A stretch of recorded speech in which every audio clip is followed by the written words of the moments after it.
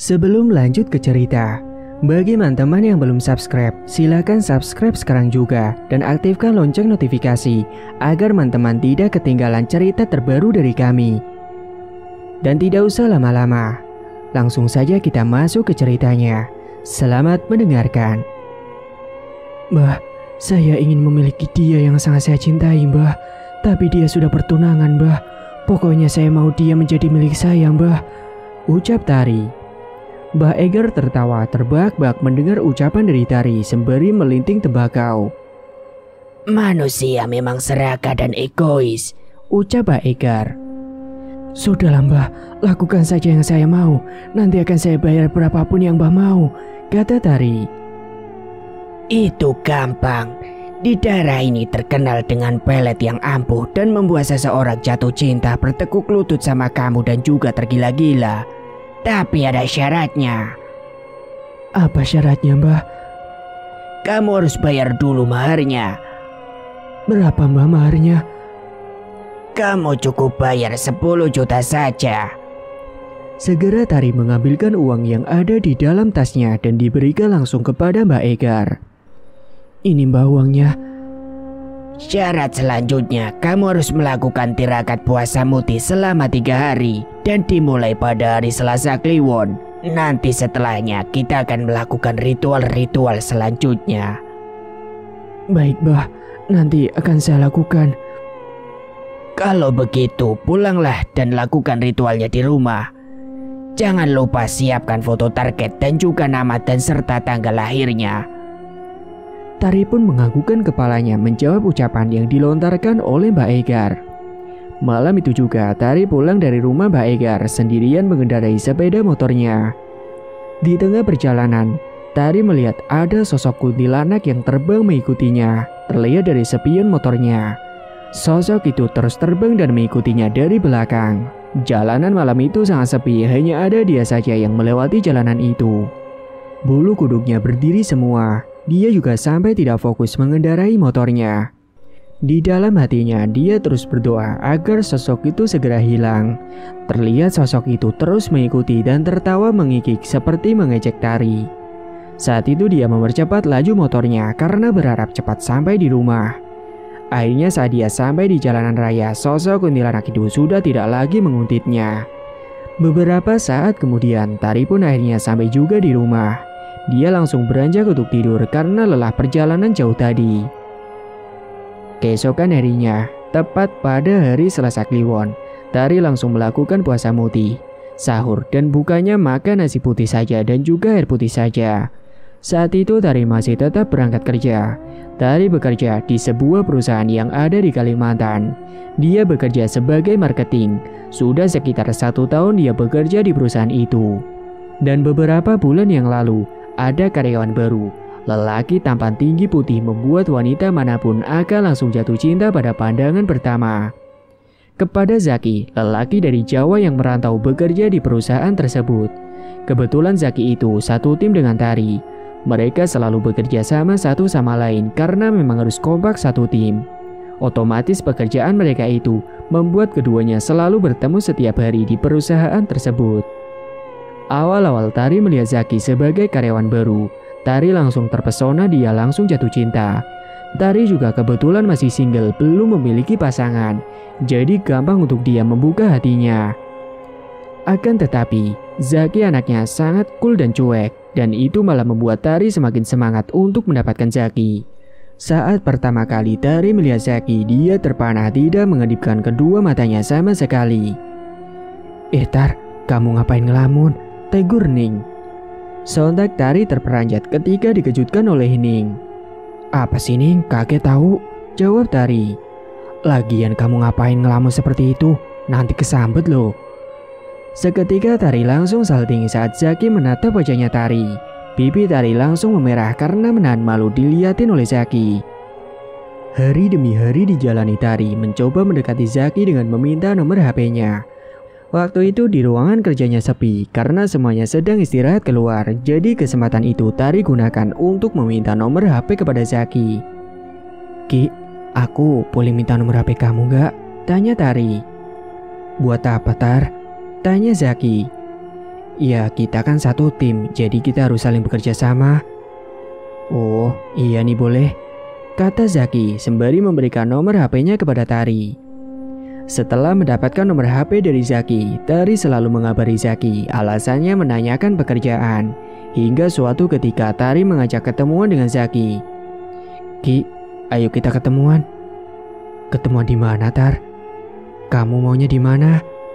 Aku sih terserah, emangnya ada apa sih? Kata Zaki penasaran. Ada yang mau aku omongin sama kamu, Ki. Kita ketemuan di samping perusahaan aja ya besok, sepulang kerja, ucap Tari. Oke, jawab Zaki singkat. Dan saat itu Zaki mengiyakan ajakan dari Tari karena menurutnya Tari akan membicarakan tentang pekerjaan. Singkat cerita, Tari berangkat kerja seperti biasanya. Saat bekerja, Tari bekerja secara profesional bersama dengan Zaki. Hingga sore harinya sesuai dengan janji mereka akan ketemuan di samping perusahaan. Dan saat itu Tari dan Zaki ketemuan terlebih dahulu. Saat semua karyawan yang lain sudah pada pulang, mereka malah duduk di bangku yang ada di samping perusahaan. Bangku itu biasa dipakai untuk kumpul-kumpul karyawan di sana. Tapi karena ada Tari dan Zaki, jadi karyawan yang biasa kumpul tidak ke sana. Gimana Tar? Kamu mau ngomong apa? Tanya Zaki. Apa aku ada kesalahan kerjanya? Ibu Zaki penasaran. Oh, enggak kok. Kamu bagus kerjanya, malah kamu rajin. Terus kamu mau ngomong apa? Jadi aku mau ngomong kalau aku suka sama kamu, Ki. Aku jatuh cinta sama kamu sejak pertama kali aku melihat kedatanganmu. Namun belum sempat Tari membicarakan semuanya, ucapannya dipotong oleh Zaki. Tapi maaf Tar, aku sudah pertunangan dan sebentar lagi aku mau menikah. Timbal Zaki memotong pembicaraan Tari. Gak apa-apa kok Ki kalau aku jadi yang kedua, ucap Tari. Sekali lagi maaf ya Tar, aku tidak bisa, jawab Zaki. Lalu Zaki pun pergi meninggalkan Tari. Dan semenjak itulah Tari sakit hati sekaligus malu karena cintanya ditolak oleh Zaki. Zaki merantau itu karena memang sedang mengumpulkan uang untuk pernikahannya. Saat itu Zaki sudah bertunangan dan dia sudah berjanji untuk setia. Semenjak itu, setiap di kantor Zaki jadi lebih cuek kepada Tari. Mereka saling menjauh. Karena Zaki memang menjaga jarak dengan Tari, bahkan pesan yang dikirim oleh Tari kepada Zaki juga tidak dibalas. Karena kesal dan sakit hati, Tari pun mencari cara lain untuk mendapatkan hatinya Zaki. Suatu ketika, Tari bertemu dengan seseorang saat dia sedang makan di warung pinggir jalan. Sosok itu laki-laki parubaya yang sekitar berusia 65 tahunan. Kakek itu sedang makan di warung itu juga. Kakek itu ternyata memperhatikan Tari terus karena saat di warung, Tari selalu melamun sambil makannya yang ada di depannya itu tidak dimakan. Di dalam lamunannya Tari terperanjat dikejutkan oleh kakek itu. Neng, gak baik melamun, itu nasinya jadi dingin. Iya kek. Saya lihat kamu dari tadi melamun dan sedih. Kamu sedang patah hati ya? Tebak kakek itu. Loh, kok kakek tahu? Kakek itu tersenyum ramah kepada Tari seperti ada maksud tertentu. Kakek tahu bagaimana caranya kamu mendapatkan lelaki itu, ucapnya tiba-tiba. Bagaimana caranya kek? Tanya Tari penasaran. Pelet, ini alamatnya. Kamu datang saja ke alamat itu, ucap kakek itu sembari memberikan sebuah kertas lusuh kepada Tari. Lalu kakek itu berpamitan pergi dari warung dan tiba-tiba saja kakek itu menghilang entah kemana. Malam harinya, di dalam kamar Tari terus merenung memikirkan ucapan dari kakek itu sembari sesekali melihat kertas yang bertuliskan alamat yang diberikan kakek misterius. Sampai akhirnya bisikan setan apa yang merasuki pikirannya sehingga Tari berniat akan mendatangi alamat yang diberikan oleh kakek itu. Keesokan harinya, dia langsung datang ke alamat itu dan ternyata rumah seorang paranormal yang bernama Mbak Egar. Singkat cerita, setelah di hari kedua melakukan puasa mutih, Tari diam-diam datang ke kosannya Zaki. Dia tahu kosan Zaki dari teman satu tim yang dekat dengan Zaki. Zak, ucap Tari. Zaki membukakan pintu kosannya dan menemui Tari yang berada di depan kosan. Tari, ada apa? Kok kamu tahu kalau aku ngekos di sini? Cecar Zaki heran. Iya, aku kemarin tanya sama Faris. Aku nggak disuruh masuk nih. Gimana ya? Bukannya nggak boleh, Tar, tapi aku nggak enak aja sama tetangga, kata Zaki. Tenang, nggak ada yang lihat kok, ucap Tari. Ya udah, silakan masuk. Zaki mempersilahkan. Tari pun masuk ke kosan Zaki sore itu sepulang kerjanya. Oh iya, Tar, aku tinggal dulu ya, mau mandi. Iya, silakan. Dan saat itu kesempatan Tari untuk mengambil foto milik Zaki. Ketika Zaki sedang mandi, Tari membuka dompet Zaki dan mengambil KTP lalu dipoto di HP-nya. KTP itu untuk mengetahui tanggal lahirnya Zaki. Dan dia juga terus mencari foto Zaki dan ternyata di dalam dompet ada fotonya dia yang sudah dicetak. Tari kemudian diam-diam langsung ambil foto itu dan langsung memasukkan ke dalam tas yang dibawanya. Beberapa saat kemudian, Zaki kembali karena sudah selesai mandinya. Maaf ya, Tar, nungguin lama. Kok nggak diminum dulu itu tehnya? Gak manis ya?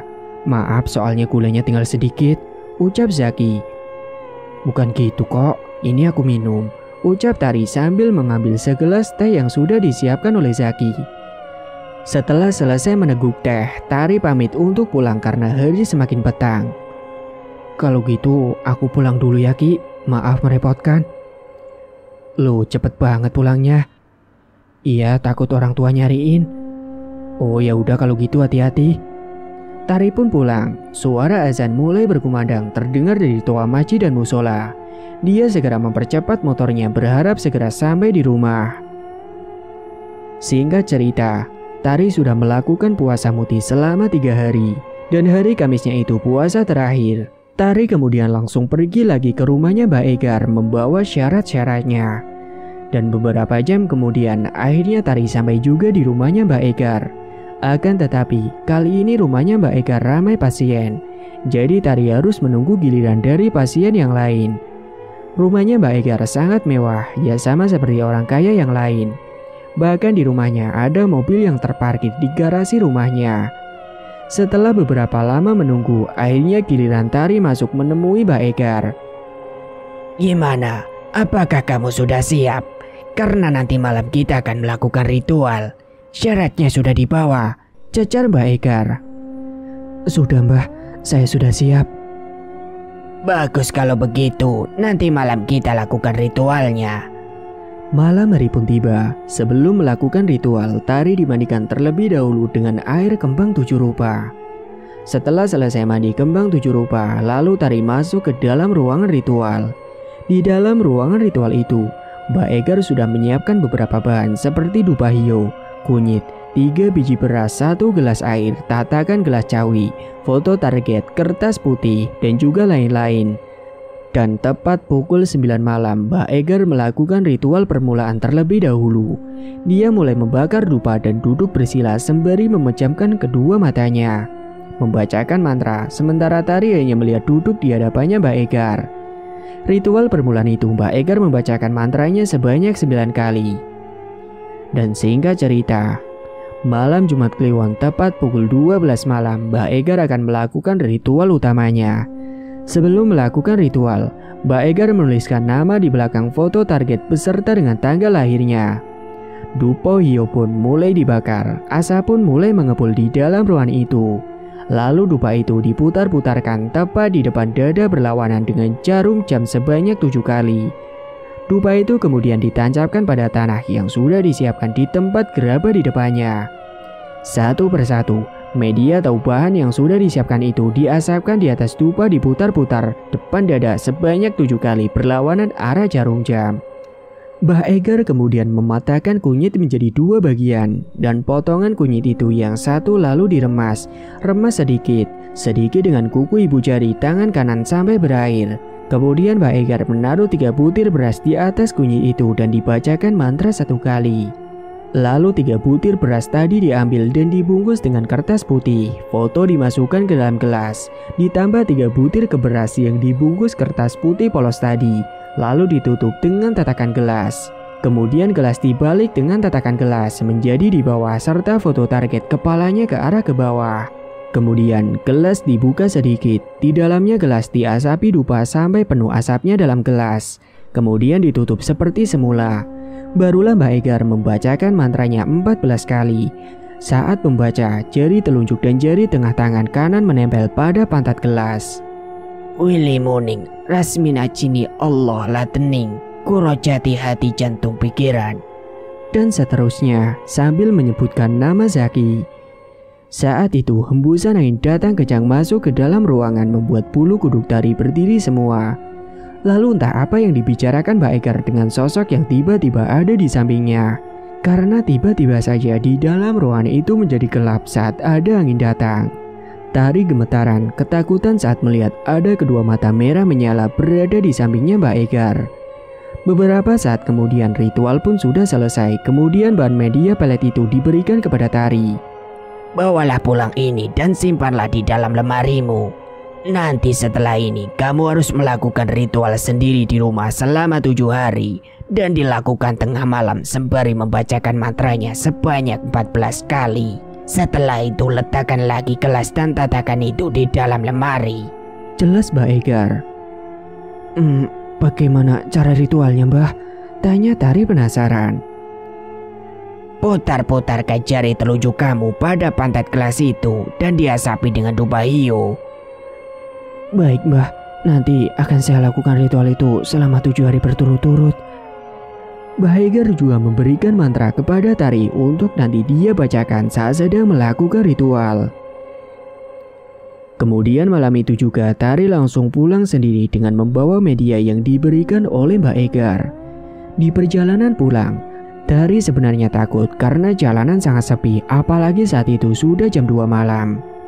Hembusan angin kencang merasuk ke dalam tulang tubuhnya membuat suasana semakin merinding. Beberapa saat kemudian, akhirnya Tari pun sampai juga di rumah. Dan sesampainya di rumah, Tari langsung menyimpan media yang diberikan oleh Mbak Egar ke dalam lemari. Singkat cerita, setiap hari tengah malam, Tari selalu melakukan ritual seperti yang sudah diberitahu oleh Mbak Egar. Dia melakukan ritual itu tanpa sepengetahuan kedua orang tuanya. Seminggu kemudian setelah selesai melakukan ritual 7 hari berturut-turut, Tari dikejutkan dengan Zaki yang tiba-tiba mengirimkan pesan ngajak ketemuan.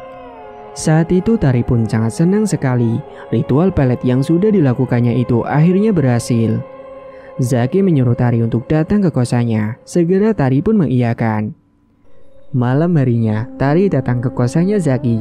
Di dalam kosan, mungkin mereka ngobrol satu sama lain. Dan tiba-tiba saja Zaki menyatakan cinta kepada Tari. Tar, kita pacaran ya. Aku sangat mencintai kamu, ucap Zaki. Tari pun sudah jelas mau menerima Zaki karena itu memang tujuan awalnya. Malam itu mereka akhirnya resmi menjalin hubungan. Mungkin karena terbawa suasana, apalagi malam itu hujan deras disertai dengan lampu yang mati.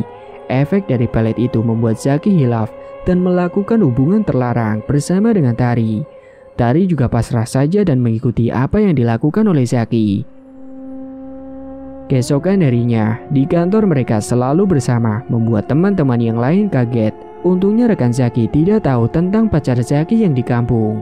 Tapi mereka tahu kalau Zaki ini sudah bertunangan. Hingga suatu ketika Zaki mendapati lembur kerja di kantor dan dia sendirian. Sementara Tari sudah pulang bekerja lebih dulu. Saat itu Zaki diteror oleh beberapa sosok makhluk yang tak kasat mata. Di dalam kantor tiba-tiba Zaki mendengar ada suara wanita yang menangis di dalam ruangan tempat kerjanya. Hingga membuat Zaki saat itu bergidik merinding, bulu kuduknya berdiri semua. Hembusan angin kencang masuk ke dalam ruangan kerjanya itu. Suara wanita menangis itu seperti berada di balik jendela ruangan kerjanya Zaki. Waktu itu Zaki yang penasaran langsung menuju ke balik jendela untuk mencari suara itu. Dan saat dicari, suara itu ternyata berasal dari suara sosok kuntilanak yang sedang duduk di samping jendela. Sosok itu sangat menyeramkan. Wajahnya hancur penuh dengan darah serta mulut yang menyeringai. Sontak Zaki pun terkejut dan dia langsung berjalan mundur. Sesaat kemudian Zaki kembali duduk. Dia berusaha mengatur napasnya yang tidak beraturan dan jantungnya yang berdebar-debar ketakutan. Zaki langsung keringat dingin disertai dengan hembusan angin yang membuat bulu kuduknya berdiri semua. Hari semakin larut, tapi pekerjaan Zaki belum selesai juga. Saat sedang fokus mengerjakan tugas, tiba-tiba saja Zaki merasa seperti ada bayangan hitam yang melintas di dalam ruangan kerjanya itu. Karena sudah ketakutan, Zaki pun akhirnya berniat untuk pulang saja ke kosannya. Dan saat di perjalanan pulang, dia naik motor, tiba-tiba saja dia merasa seperti ada yang mengikuti. Bulu kuduknya pun seketika berdiri kembali. Dia juga mencium aroma bau busuk wewangian seperti kembang melati. Zaki langsung mempercepat laju motornya. Akan tetapi, Zaki mendengar ada suara wanita yang tertawa mengikik di belakang tubuhnya. Dan dia pun mencoba memberanikan diri untuk melihat ke arah spion. Dan saat dilihat, betapa terkejutnya Zaki melihat ada sosok kuntilanak yang mengikuti di belakangnya. Sontak Zaki pun berteriak. Di jalanan malam itu yang pada saat itu sangat sepi, tidak ada orang lain yang lewat selain dirinya. Beberapa saat kemudian, akhirnya Zaki pun sampai juga di kosannya. Sesampainya di kosan, dia bergegas untuk segera mandi. Dan saat mandi malam hari untuk mengusir keheningannya, dia pun bernyanyi. Ketika Zaki sedang bernyanyi, dia mendengar ada suara yang ikut bernyanyi bersahutan dengannya. Zaki pun segera menghentikan aktivitasnya sejenak untuk mendengarkan suara itu lagi. Akan tetapi saat dia mendengarkan suara itu dengan seksama, suara itu malah tidak terdengar. Namun tiba-tiba, dia merasakan ada tiupan di tengkuk lehernya serasa merinding dan dingin. Zaki pun segera untuk menyelesaikan mandinya karena takut dan dia langsung beranjak masuk ke dalam kamarnya. Sesampai di dalam kamar, dia mencium ada aroma bau busuk yang menyeruak di hidungnya. Baunya seperti bau bangkai dan juga bau anyir darah. Bau apa ini? Apa jangan-jangan ada cicak mati? Kalau tikus pasti nggak mungkin, gumamnya heran. Zaki pun langsung mencari sumber bau itu. Dia mengendus-enduskan hidungnya mencari bau itu. Setelah dicari ke semua sekeliling kosan, bau itu tidak ditemukan. Akhirnya Zaki tidak menghiraukan bau itu. Dia mengganti baju karena sedari tadi dia masih menggunakan handuknya. Karena sudah lelah, dia pun langsung merebahkan tubuh di atas kasur. Semenjak Zaki terkena pelet dari Tari, dia jadi tidak pernah memikirkan tunangannya. Malam itu Zaki gelisah, tidak bisa tidur memikirkan Tari karena merasa rindu yang teramat. Tari lagi apa ya? Aku kok rindu sekali dengannya sih. Gumamnya sembari menatap langit-langit tembok kamarnya. Zaki kemudian langsung menelpon Tari untuk melepaskan kerinduannya. Akan tetapi, Tari tidak mengangkat telepon darinya, padahal sudah beberapa kali dihubungi. Kok nggak diangkat sih? Apa dia sudah tidur ya? Ucapnya pada dirinya sendiri. Tanpa sengaja, Zaki meneteskan air matanya yang mengalir dari pelupuk matanya karena merasakan rindu dengan Tari. Tiba-tiba saja dia melihat sekelibat bayangan hitam yang masuk ke dalam kamar. Bayangan apa itu ya? Bayangan itu berhenti di pojok kamar pintu kosannya. Zaki terus memandangi bayangan hitam itu. Dan beberapa saat kemudian, bayangan itu berubah menjadi sosok tinggi besar dan menyeramkan dengan kedua matanya merah menyala, menatap tajam ke arah Zaki. Perlahan sosok itu mendekat ke arah Zaki yang tengah berbaring. Tubuhnya langsung terasa kaku, mulut terasa seperti terkunci, tidak bisa berbicara ataupun teriak. Sosok itu sekarang berada tepat di atasnya. Baunya yang sangat busuk dan anyir. Zaki langsung gemetaran, tubuhnya kaku dan juga berkeringat dingin. Karena tidak kuat dengan sosok itu, Zaki pun akhirnya pingsan sampai pagi hari. Keesokan harinya, seperti biasa Zaki berangkat bekerja ke kantor naik motornya. Sesampainya di kantor, dia sangat senang karena bisa bertemu dengan Tari. Ki, nanti pulang kerja kita ke mall yuk.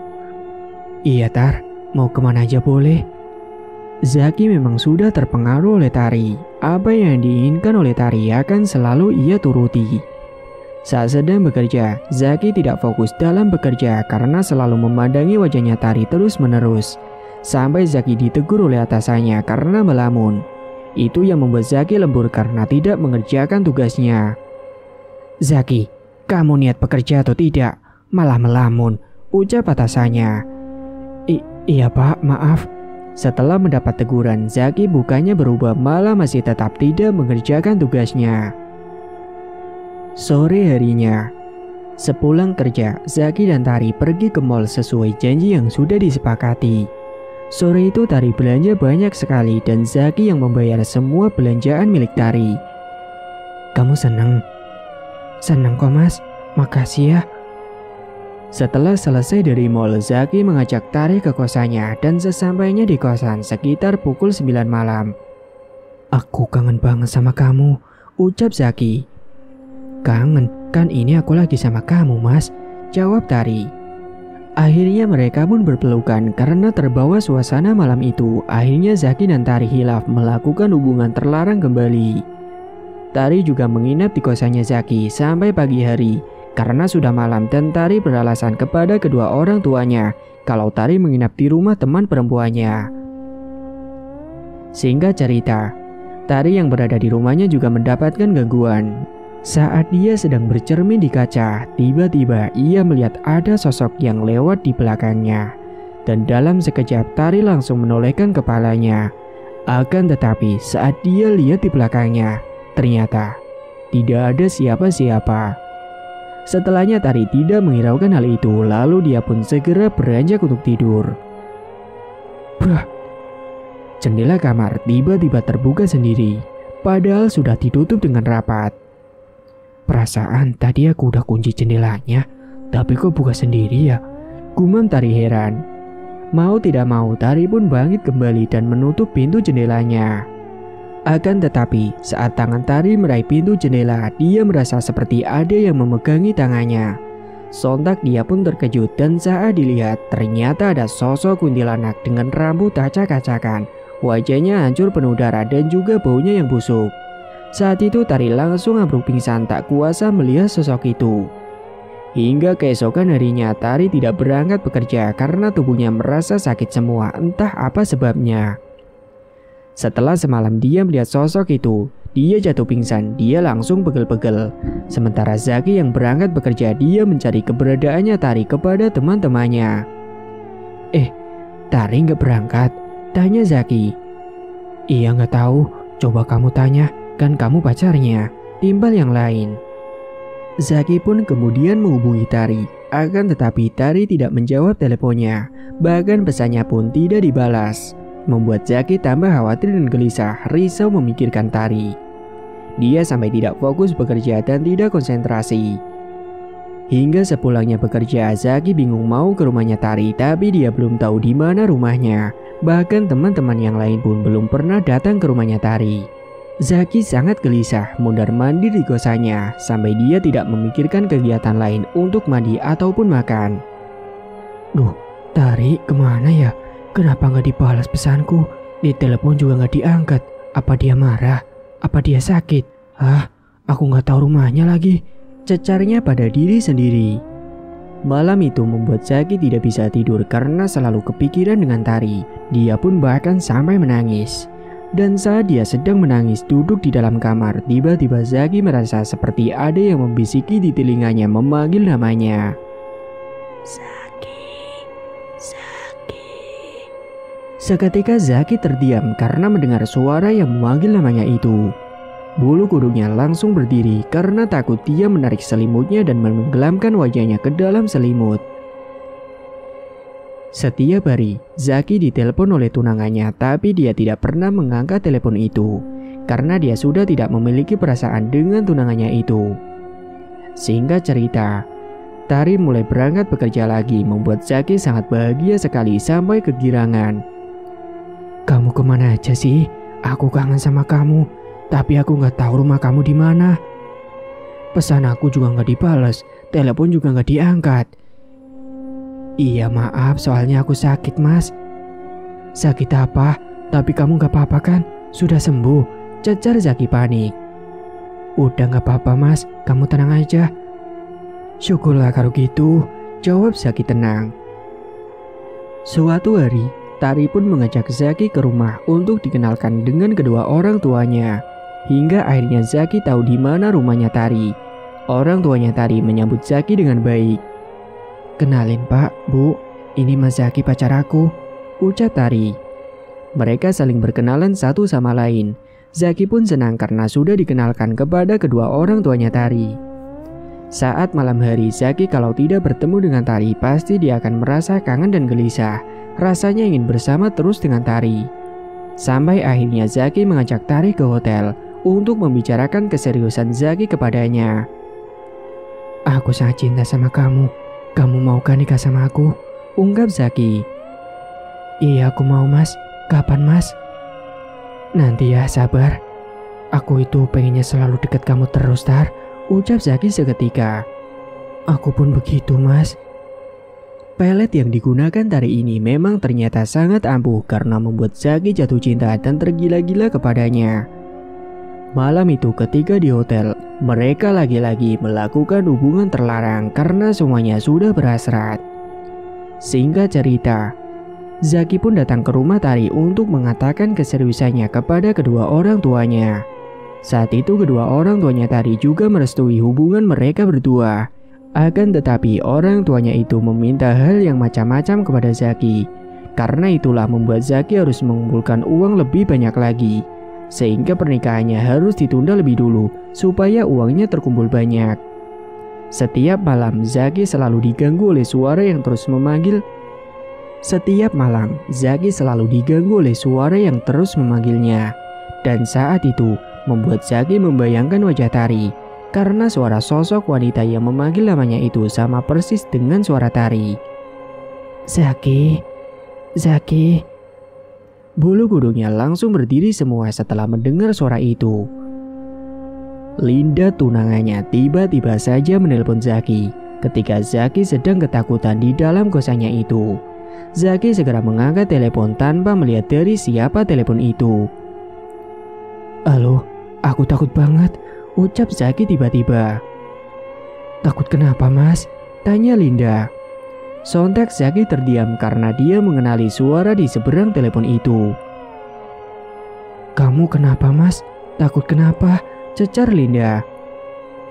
Oh, gak apa-apa kok, jawab Zaki berubah cuek. Mas, kamu kenapa sih akhir-akhir ini berubah? Ucap Linda. Berubah apa sih? Aku kan kerja cari uang, jawab Zaki kesal. Iya aku tahu mas, tapi kamu seperti menjauh dariku, kata Linda. Udahlah kamu itu gak usah bicara yang enggak, aku capek cari kerja seharian. Aku mau tidur dulu, ucap Zaki. Kemudian ia pun memutuskan sambungan teleponnya secara sepihak. Aku kira Tari, aku telepon Tari sajalah, gumamnya kemudian. Akan tetapi saat akan nelpon Tari, ponselnya tidak ada sinyal membuat Zaki tambah kesal. Akhirnya dia pun berbaring melamun sembari membayangkan wajah Tari yang cantik. Malam itu tiba-tiba hujan deras disertai dengan angin yang lebat. Lampu di kosan pun padam. Seketika Zaki bangkit untuk mencari lilin dan sekalian mau buang air kecil ke kamar mandi. Dia berjalan perlahan sembari meraba-raba tembok kosannya sebagai pegangan karena sangat gelap. Setelah menemukan lilin, dia segera menyalakan lilin itu dan diletakkan di piring tatakan. Lalu lilin itu dibawa ke dalam kamar mandi sebagai penerangannya. Akan tetapi, saat dia sedang buang air kecil, tiba-tiba saja lilin yang dibawa masuk itu padam sendiri. Zaki teriak kaget karena sangat gelap sekali. Pakai mati segala lagi ini lilin, aku nggak bawa koreknya lagi, gumamnya kesal. Mau tidak mau dia harus keluar kamar mandi sambil mencari pegangan meraba-raba sekitar. Karena kondisi gelap dan tidak melihat situasi, sekitar tatakan tempat lilin itu jatuh ke senggol. Ah, pakai jatuh segala lagi. Aduh. Kaki Zaki menginjak pecahan kaca itu yang berserakan di lantai membuat dia kesakitan. Dan beberapa saat kemudian akhirnya lampu kosannya itu menyala. Zaki pun segera membersihkan pecahan beling itu. Dan dia segera mencari obat merah untuk mengobati lukanya yang berdarah itu. Luka di telapak kaki Zaki itu membuat dia susah untuk berjalan karena merasa sakit dan perih. Malam itu Zaki benar-benar tidak bisa tidur karena selalu kepikiran wajahnya Tari. Apalagi sekarang kakinya ditambah sakit karena luka. Singkat cerita, saat di kantor Zaki jalannya pincang dan tidak menggunakan sepatu karena kakinya sedang sakit. Tari pun merasa khawatir kepada Zaki. Zaki merasa senang karena diperhatikan oleh Tari. Kaki kamu kenapa mas? Semalam gak sengaja nginjek pecahan beling waktu mati lampu. Kamu gak usah berangkat kerja dulu mas, kan masih sakit. Kalau gak kerja aku gak bisa dapat uang dong Tar, jawabnya kemudian. Sore harinya saat di kosan, Zaki dikejutkan oleh tamu yang mengetuk pintu. Assalamualaikum. Zaki langsung membukakan pintu berjalan pincang. Loh, Linda, kamu kok tahu aku tinggal di sini? Ngapain kamu kesini? Tanya Zaki terkejut. Aku ke rumah bude aku yang ada di sini mas. Kan waktu itu kamu pernah kasih alamat kosan ke aku. Kebetulan ternyata deket sama rumah bude. Jelas Linda. Kok aku nggak tahu kalau kamu punya saudara di sini? Ucap Zaki. Terus kamu kesini mau ngapain? Aku mau ketemu sama kamu mas. Aku juga mau cari kerja di sini aja. Jawab Linda. Oh gitu. Udah sekarang kamu pulang saja. Gak enak sama tetangga. Ucap Zaki mengusir Linda. Kok kamu ngusir aku sih mas? Aku datang ke sini mau ketemu sama kamu loh. Kenapa sih kamu berubah mas? Kata Linda sembari meneteskan air mata. Udahlah gak usah cengeng. Lalu Linda pun segera pergi tanpa dipersilakan untuk masuk lebih dulu ke dalam kosan Zaki. Sesampainya di rumah bude, Linda ditanyai oleh Pak D-nya karena melihat Linda menangis. Linda menceritakan semuanya dan Pak D-nya merasa ada yang tidak beres dengan Zaki. Singkat cerita, sudah seminggu lebih Tari hilang kabar dan tidak berangkat bekerja membuat Zaki tambah gelisah. Saat dihampiri ke rumahnya, ternyata kata tetangganya Tari sudah tidak tinggal di sana. Tari pulang kampung ke Sumatera. Di sana Tari sudah dijodohkan oleh kedua orang tuanya. Dan semenjak itu, Zaki menjadi seperti orang gila yang menangis dan tertawa sendirian di dalam kosannya. Suatu ketika Linda mendatangi ke kantor Zaki bekerja untuk membawa bekal makan siang untuk Zaki. Akan tetapi saat tiba di kantor, kata teman yang lain, Zaki sudah seminggu lebih tidak berangkat bekerja. Linda pun langsung datang ke kosannya Zaki dan betapa terkejutnya Linda melihat kondisi Zaki yang lusuh, rambutnya acak-acakan kotor sambil ketawa dan menangis, kadang juga teriak-teriak sendiri memanggil namanya Tari. Tari, Tari, di mana kamu? Linda turut prihatin dan menangis. Ternyata tunangnya itu sudah memiliki wanita lain. Linda langsung memberitahu Pak D-nya yang kebetulan orang pintar di daerah itu. Pak D dan Linda datang kembali ke kosannya untuk menyembuhkan Zaki. Pak D Linda membacakan doa-doa kepada Zaki karena beliau tahu kalau Zaki ini telah terkena pelet. Saat dibacakan doa, Zaki memberontak. Dia terus berteriak-teriak memanggil nama Tari. Hembusan angin kencang masuk ke dalam kosan disertai dengan Zaki yang tiba-tiba kesurupan. Kedua matanya langsung melotot menatap tajam ke arah Pak D. Kemudian Pak D mengoleskan daun bidara yang sudah ditumbuk halus pada kepala Zaki sambil terus membacakan doa. Dan beberapa saat kemudian, Zaki lemas dan pingsan seketika karena sosok yang ada di dalam tubuhnya itu akhirnya keluar juga. Hingga sekitar 15 menit kemudian, akhirnya Zaki sadar. Pak D langsung memberikan segelas air putih yang sudah didoakan untuk diminum Zaki. Perlahan, Zaki meneguk air putih itu dan dia tersedak memuntahkan darah yang berwarna merah kental kehitaman. Nak Zaki sudah dipelet oleh seseorang. Yang dikirim ini adalah jenis pelet pangkanang berasal dari Kalimantan. Untungnya dia segera ditangani karena kalau tidak, Zaki bisa meninggal. Jelas Pak D-nya. Siapa yang sudah mengirimkan ini Pak D? Tanya Linda penasaran. Kamu tidak perlu tahu, Duk. Biarkan saja, yang penting Zaki sudah membaik. Perlahan-lahan Zaki disembuhkan dengan minum air rebusan kunyit setiap harinya dan mandi dengan air yang dicampur dengan daun kelor. Semenjak itu Zaki perlahan-lahan membaik setelah beberapa bulan kemudian dan akhirnya Zaki bersama Linda pulang kembali ke Jawa untuk melangsungkan pernikahannya.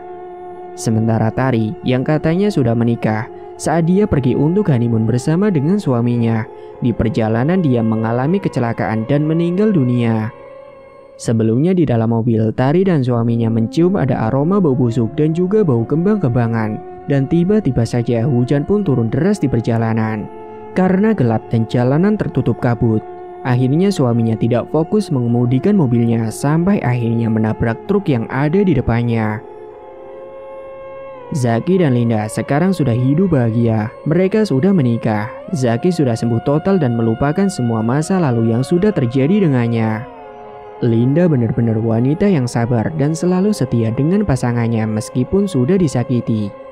Karena dia tahu itu bukan kesalahannya Zaki, melainkan ada seseorang yang membuat Zaki menjadi seperti itu. Semoga kita selalu dalam lindungan Allah, perbanyak ibadah dan pertebal keimanan kita. Semua perbuatan pasti akan ada balasannya. Jangan egois demi keinginan sendiri sehingga membuat orang lain menderita. Semoga kita bisa memetik hikmahnya, ambil sisi positif dan buang hal negatifnya. Tamat. Cerita pun selesai. Terima kasih bagi teman-teman yang sudah menyimak cerita hingga akhir. Dan bagi yang belum bergabung, silakan tekan tombol subscribe sekarang juga dan aktifkan lonceng notifikasi agar tidak ketinggalan info updatean terbaru dari kami. Sekian dulu dari Mang Ripan, terima kasih sudah menyimak. Wassalamualaikum warahmatullahi wabarakatuh.